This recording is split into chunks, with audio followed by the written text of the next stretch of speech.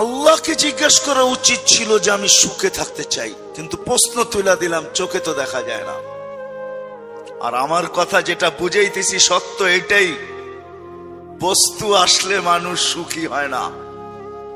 বস্তু আসলে যদি সুখী হইতো তাহলে দুনিয়ার সবচেয়ে বেশি যারা আত্মহত্যা করে এরা সেলিব্রিটি হয়। সেলিব্রিটি, দুনিয়ার সেলিব্রিটিরা সবচেয়ে বেশি আত্মহত্যার শিকার হয়। মানেন না? মানেন না? মনে হয় মানেন না। মানেন? অনেকে মানে না। চলেন আমার সাথে, আমি দেখায় দিই।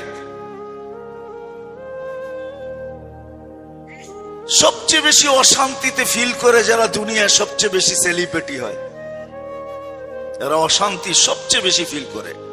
নাইলে নিজের পিস্তল নিজের মাথায় কেন লাগতো? মনে হয় বুঝাইতে পারি না, ঠিক না?